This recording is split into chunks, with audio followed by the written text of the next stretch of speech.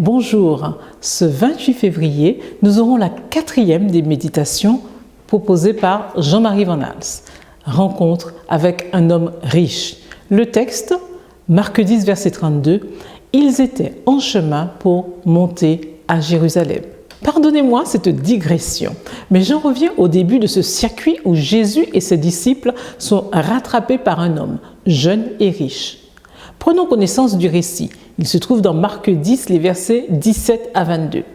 Comme il se mettait en chemin, un homme accourut et se mit à genoux devant lui pour lui demander « Bon maître, que dois-je faire pour hériter la vie éternelle ?»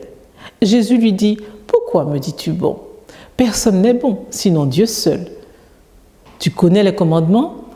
Ne commets pas de meurtre, ne commets pas d'adultère, ne commets pas de vol, ne fais pas de faux témoignages, ne fais de tort à personne, honore ton père et ta mère. » Il répondit, « Maître, j'ai observé tout cela depuis mon plus jeune âge. » Jésus le regarda et l'aima.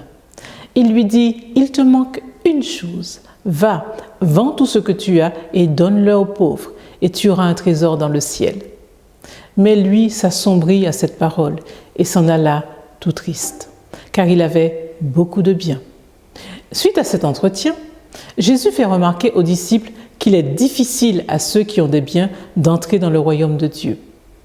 Malgré l'amour de Jésus, l'homme riche est incapable de se détacher de ses biens et ne peut suivre Jésus. Il s'en retourne sombre et triste.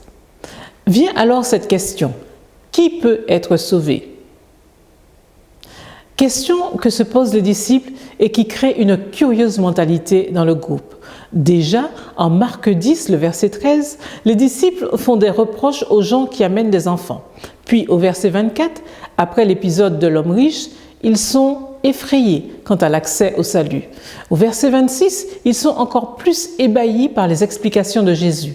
Au verset 28, ils se posent des questions sur leur engagement. Verset 32, ils suivent Jésus, mais avec angoisse et crainte. Versets 35 à 36, certains cherchent à s'asseoir dans la gloire sans l'épreuve.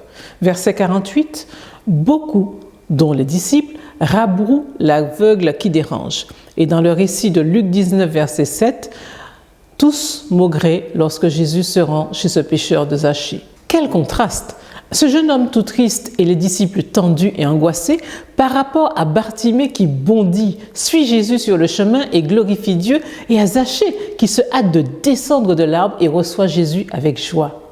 Une fraîcheur est à conserver, car le salut est accessible à tous, aussi bien à l'aveugle, pauvre mendiant, assis, et à ce pécheur de Zachée, pourtant riche et en situation élevée.